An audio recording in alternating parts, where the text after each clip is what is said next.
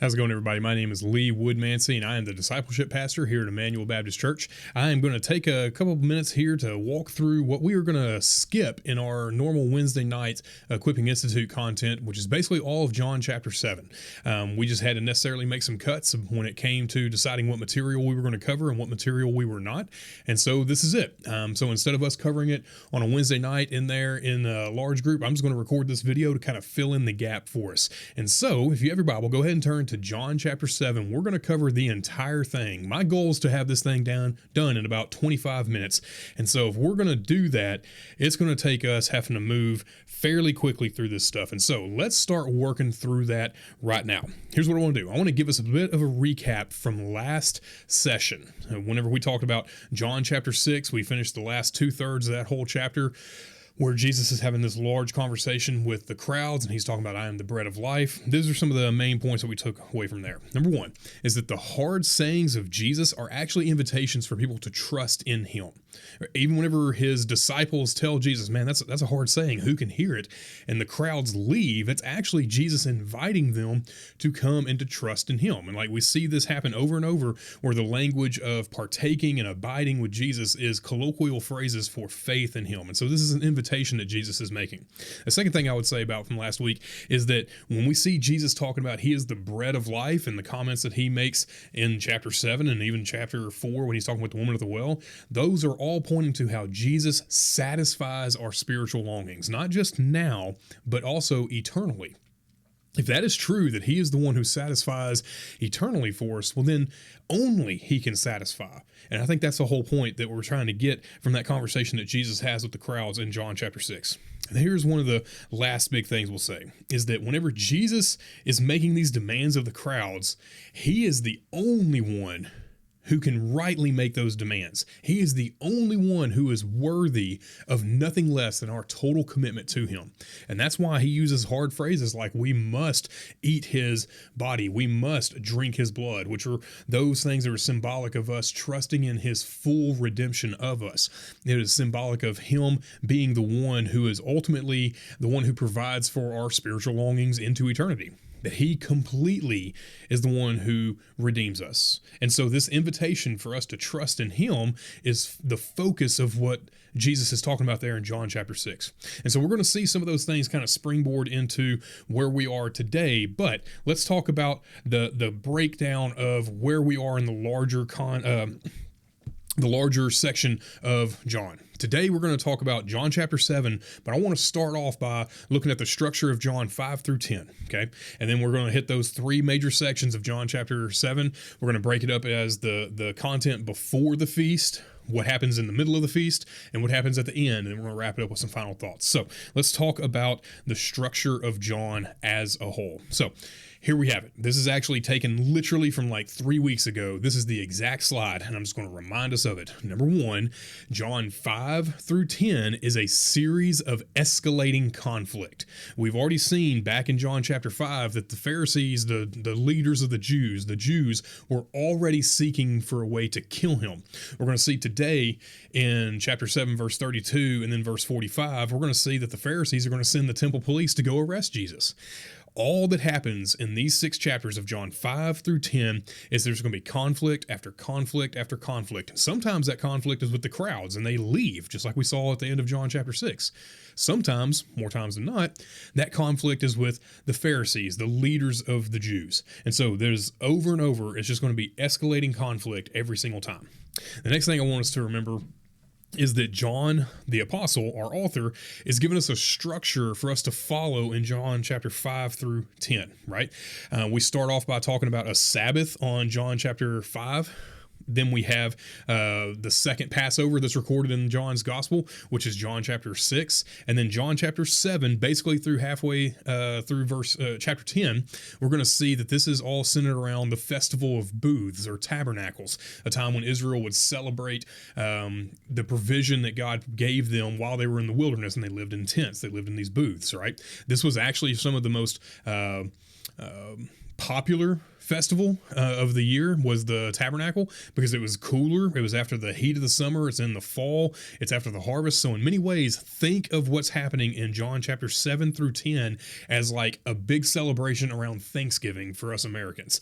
A lot of people prefer Thanksgiving to Christmas because of the weather, because of football, because of whatever else is going on. So just kind of think of it that way. That's where we are right now. John chapter 7 is about the festival of tabernacles or booths, right? And then lastly, what's going on in John chapter 5 through 10 is there is this forensic motif.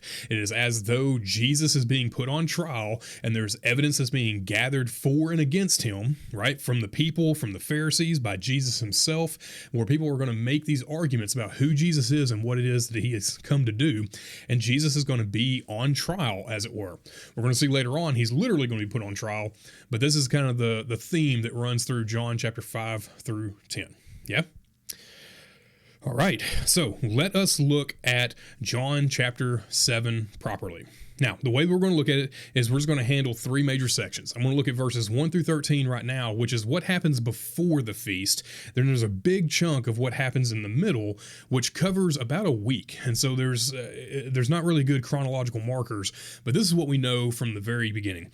Here's the number one thing. I'm actually going to read this starting in verse 3. So his brothers, speaking of Jesus, his brothers said to him, "Leave here and go to Judea," speaking of Jerusalem, "go that your disciples may also see your works that you are doing. For no one who works in secret, if he seeks to be known openly, if you do these things, show yourself to the world." And so what Jesus' brothers are doing is they're actually encouraging Jesus to go to Jerusalem and go get a bigger crowd, man. We heard about what happened back in John chapter 6 with the crowd leaving you. Well, man, everybody's in Jerusalem. Just go now. And as you're going, pick up people along the way. Start doing some more healing. Start working on more of your magic, man. You can get this crowd and whip them up by the time you get to Jerusalem. And his brothers are encouraging him to do this. But here's the thing. There's like a really telling statement that actually comes up here in verse 5. Read it with me. "For not even his brothers believed in him." This is a clear key idea that I think John is trying to tell us that his brothers were encouraging him to go do this, not because they actually trusted that he was a Messiah, because in fact, they didn't even believe in him. They didn't believe that he was the Christ, the Messiah. At this point, we don't see them coming to faith in that way. And so really, they are only centered on the crowd and the works that Jesus can do. And they're saying, "Hey, man, go do this." But what we see is that Jesus initially refuses. Just like we've seen at least twice already in John's account, and we'll see a little bit later in the raising of Lazarus, is that Jesus initially is going to refuse, but then help. Here, he initially refuses and tells them, "No, I'm not going to go. Y'all go ahead." But what he was refusing to do was he wasn't going to go and gather this crowd. He wasn't going to go whip up the crowd because he said, "It is not my time." Whenever you look there, verse 7 and 8, you'll see that Jesus says, "The world can't have you, but it hates me," right? Going up to the feast, verse 8, "But I'm not going to go, for my time has not yet fully come." Jesus always has this eye towards what the Father is doing and what his role in the moment is and how to be obedient in that. And what Jesus has reckoned is right now is that it's not his time. Now, 6 months from now, whenever we get to the third Passover that's recorded in John's Gospel, now that will be his time. But right now, it's not it. It's not in the fall at this harvest festival, as it were. It is in the spring when it comes to Passover. And Jesus is looking towards that time. And so they take off. A few days later, Jesus goes down to Jerusalem as well. And before he ever even says anything, this is what John records is going on. He says that the topic of conversation was already Jesus. Whenever you look there in verses 11 through 13, you can see that people were already debating, whether it was from the signs that they had heard about him doing up in Galilee, whether it was from the last time that he was in Jerusalem at the last Passover, 6 months earlier, whatever it is, there are people that are already talking about Jesus. Verse 11, "The Jews were looking for him at the feast and saying, 'Where is he?' And with much muttering," gungatso is the same root word that gets used there, the same kind of complaining that was happening there previously. What John records is they are already talking about Jesus this whole time. Where is he? And there was much muttering. While some said he's a good man, others said, no, he's not a good man.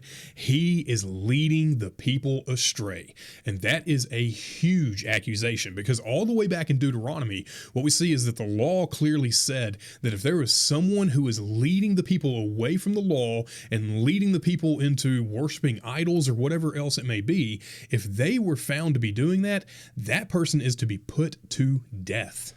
Put to death. So whenever somebody says, no, he's a good man, and then someone replies, no, he's leading the people astray, they are actually saying this dude ought to be brought up on charges, which incidentally we will see a little bit later in this chapter. So that is the first section of what goes on in John chapter 7, verses 1 through 13, before the temple actually kicks off. And so now let's talk about what happens during the feast. And this is a big chunk of this section, so I'm going to do my best to really whittle it down, but here's my best shot. The way that I want us to think about this is that there are three major questions that come up during this time. And it's not necessarily sequential to the notes that I'm going to look at, but these are the three big questions. Number one, what is the nature of Jesus' teaching? We're going to see there in verses 14 through 24, Jesus is going to start talking. He's going to start teaching, and then people are going to recognize oh, this dude's not a rabbi like that rabbi is. He never went and studied anyone. In fact, the phrase is that he knows his letters. He knows how to read. He is memorized. He understands. He can teach with authority. And their question is, man, where did this authority come from? Yeah, that's the first question. The second question is, where is this dude from? Where is Jesus from? You're going to see that being discussed there in verses 25 through 27. And then picking up in 28 all the way through the end of the chapter, the big question that's being addressed there is, what is Jesus's intentions for whenever he gets done teaching? Whenever he gets done with this time here in Jerusalem? When he gets done with whatever it is he's going to do? What is he actually planning? What is this guy up to? Those are the three big questions that John is going to use to frame the rest of this conversation in John chapter 7, which again takes place over about a week or so here in Jerusalem. So let's look at something really quick. Look in verse 21, and I'm going to read it for us. Let's pick it up in verse 20. The crowd answered, "You have a demon. Who is seeking to kill you?" There seems to be this crowd that whenever Jesus is talking about the way that he is glorifying God and he's not seeking glory for himself, they hadn't seen Jesus perform some of these miracles, and their only conclusion is well, this guy's crazy. No one's trying to kill you. Look at us. We're all right here. No one's trying to kill you. You're crazy. But this is what Jesus responds in verse 21. Jesus answered them, "I did one work." I did one work. Well, what is that one work? Well, this is Jesus referencing the Sabbath day healing back in John chapter 5, verses 1 through 9, when he healed this guy at the pool on a Sabbath. He said, "I did one work," John chapter 5, verses 1 through 9, "and you all marveled at it. Moses gave you circumcision." That is, it's not from Moses, but from the fathers. "And you circumcise a man on the Sabbath. And if on a Sabbath a man receives circumcision so that the law of Moses may not be broken, are you angry with me because on the Sabbath I made a man's whole body well? Man, do not judge appearances, but judge with right judgment." This is what Jesus is saying there when it comes to this scene from John chapter 5. He says, if it is lawful, which y'all practice every day, or every week, it seems, if a little boy who is born and it comes time for him to be circumcised on the 8th day, and that falls on a Sabbath, you will go and address this small portion of this little boy's body so that he might be in conformity to the law. Little boy, little piece of his body, in conformity to the law on the Sabbath. Then why is it that I am wrong for addressing a man's entire body and making him completely well on a Sabbath? He's basically saying, guys, y'all are missing the whole point of what the Sabbath is for. You are accusing me of breaking the Sabbath, but you do something just as much as I do. You're doing work to keep the law, and all I'm saying is I'm keeping the law by healing this man, and y'all are getting fired up about that. And so as he's explaining this and as he is teaching, the people are just marveling of man, where does this guy get this kind of understanding? What kind of learning does he have? So he argues that this reference to John chapter 5, when he heals this man at the pool on the Sabbath, that's actually not breaking the law. That's him fulfilling it. So what happens from there is that the people are still divided. The people then are still upset. Like, no, man, you still can't be doing that. Like, that's not how things work. You can't do that, Jesus. And so they're still divided. You can look there in verses 25 through 31, but I really only want to read one verse. After everyone is there upset, some are saying, let's arrest this cat. Some of them are saying, well, maybe not. Like, who knows? Look at verse 31. Yet many of the people believed in him, and they said, when the Christ appears, will he do more signs than this man has done? And the question is, like, if we're really talking about the Christ and he's going to do some pretty fantastic things, what that dude's over there doing, Jesus, right now, that sounds like some pretty fantastic things. Like, maybe he's the Christ. You know what? I'm convinced, man, he's got to be the Christ. And that's a problem, because in John chapters 5 through 10, there's a series of escalating conflict, and that's exactly what we see next, because then the Pharisees send the temple police to go arrest Jesus. They then hear that there are people who are trusting in Jesus, and let's look at verse 32. Then the Pharisees heard the crowd muttering these things, which again is that same word gungatso. They're complaining, right? And they hear the crowd muttering these things about Jesus, and the chief priests and the Pharisees sent officers to arrest him. And make no mistake, the intent is not just to arrest Jesus, it is to arrest and then kill Jesus.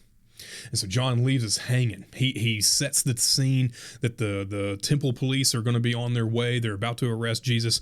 What's going to happen? And that's where we're left in suspense. And we're going to have some resolution to this here in verse 45. We'll see in just a moment. But until then, we get the rest of the story. And so what's going to happen for the rest of this section is we're going to look at what happens on the final day of the Feast of Tabernacles. We're going to look at what happens at the climax here, the culmination. And so let's pick it up there in verse 37. On the last day of the feast, the great day, this is John's way of telling us this is when the biggest crowds are there, Jesus stood up and cried out, if anyone thirsts, let him come and drink. And whoever believes in me, as the scriptures have said, out of his heart will flow rivers of flowing water, or living water.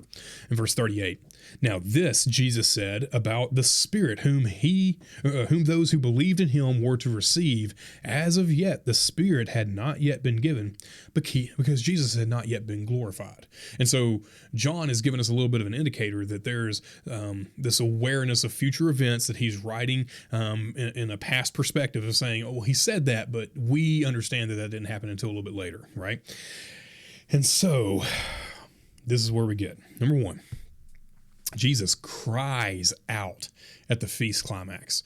One of the things that would happen at the feast is that the priest, there'd be an appointed priest who would go and he would gather a bowl full of water and he would go to the altar and he would pour that water out on the last day of the feast. And there would be this wine offering that they would pour out on the altar as well.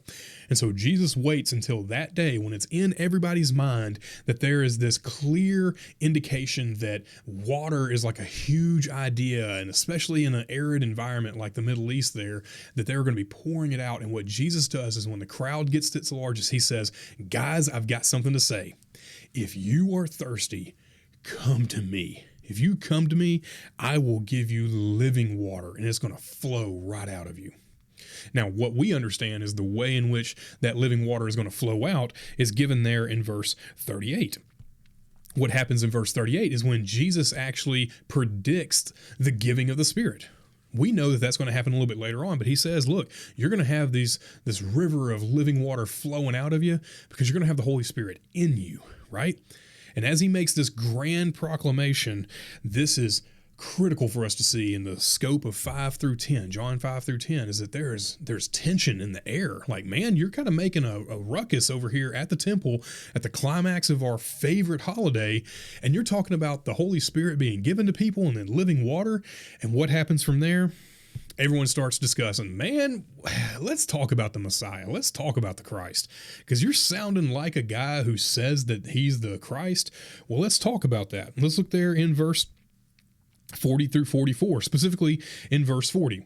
And when they heard these words, some of the people said, hey, man, this is really the prophet. And then a little bit later, others said, no, not the prophet. He's the Christ. He's the Messiah. And then in John, the only time in John that we see this happen, he gives us a little bit of a detail that's not recorded anywhere else in the Gospel of John. He says there in verse 42. Has not the scripture said that the Christ comes from the offspring of David and that he comes from Bethlehem, the village where David was?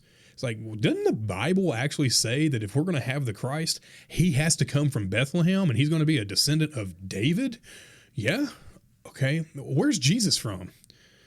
Man, isn't that cat from Galilee? Like, he can't be from Bethlehem. He's from Nazareth. So they start discussing the origins of not only the Messiah, but also Jesus. And so you can see this conflict. You can see the evidence mounting up. And this is something that I mentioned, I think, last week, is that whenever the Jews are talking about Jesus's lineage and who his father is, they're talking about Joseph and Mary. But Jesus holds all the time like, no, my father is the one in heaven. And so they actually don't know his father. They don't know the rest of the story. They know he's from Galilee, but he's really from Bethlehem. Right? And this is John, I think, subtly reminding us, like, you know what I'm talking about. Go read Matthew, Mark, and Luke. They'll tell you all about it. And John doesn't need to cover that material here because it's already covered in the synoptics. So the Messiah's origin is discussed. And then what happens is the Pharisees get even more upset. We have these officers who were sent back in verse 32, and now they come back in verse 45. Let's pick it up. The officers then came to the chief priest and the Pharisees, who said to them, "Why did you not bring him?"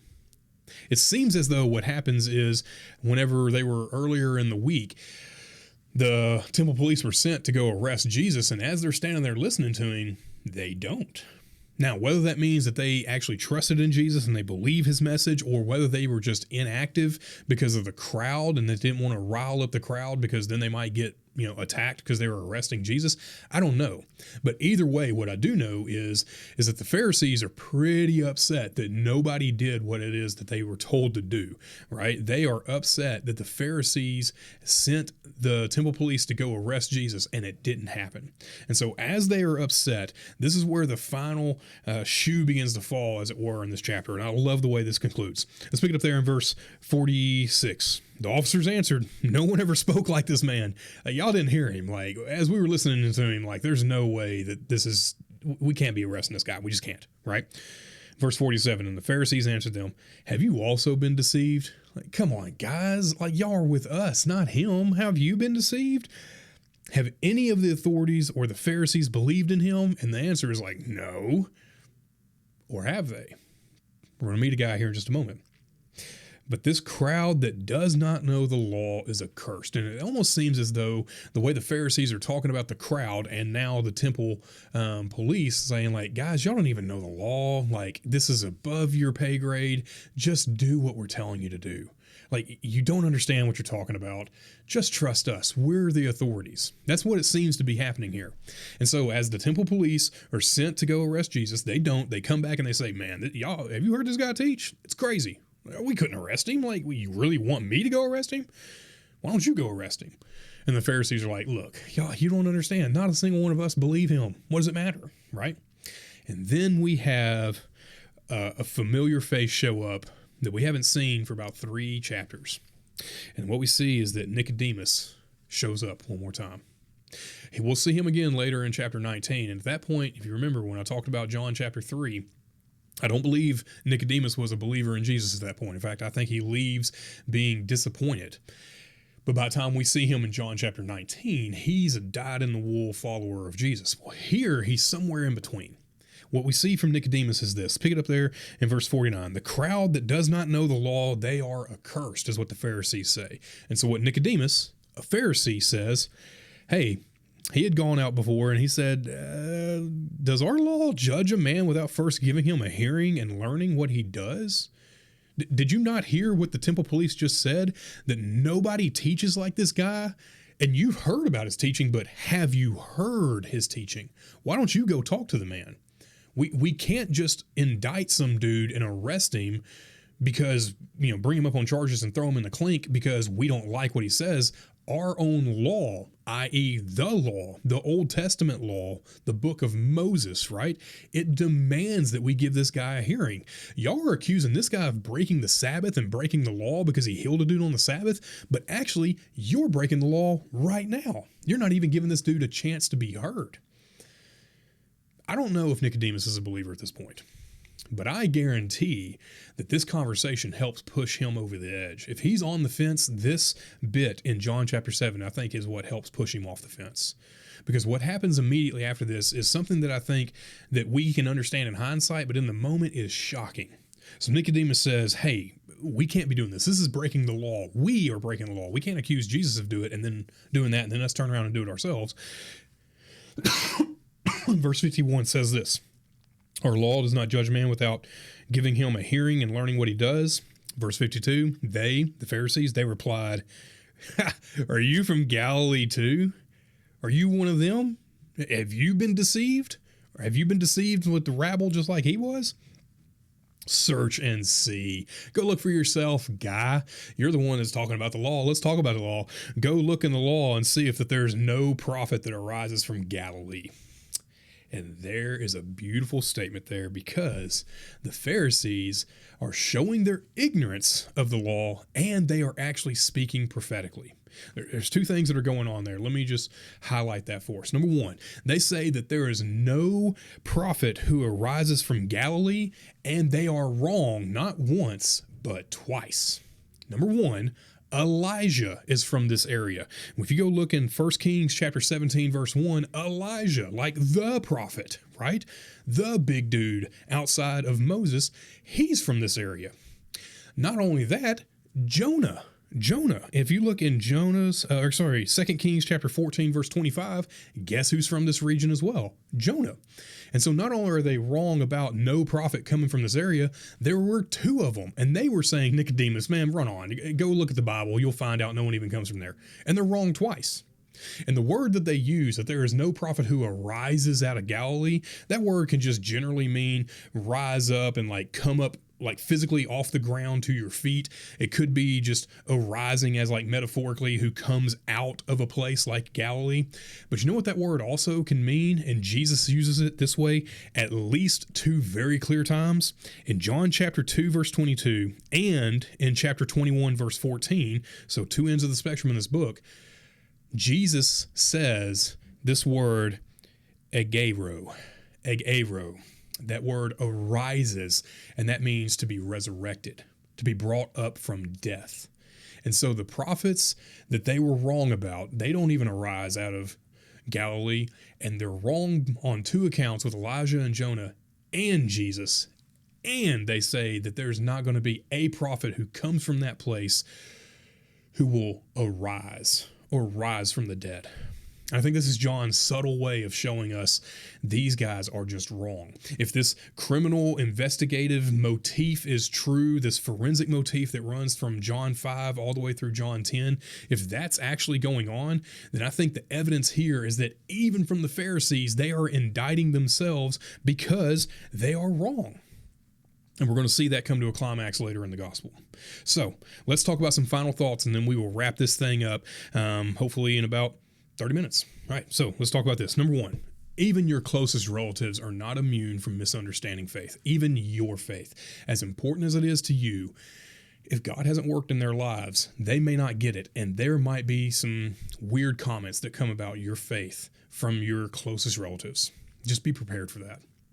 Number two, Jesus makes an open invitation to whoever is thirsty for them to believe in him. He doesn't say if you're Jewish, if you have a certain amount of money in the bank, if you do these good things, if you don't do these bad things. He just says, if you're thirsty, come to me and I can satisfy. We must have the same message. It doesn't matter your background. It doesn't matter who you are. Come trust in Jesus because he satisfies. And then lastly, people who are threatened are going to lash out.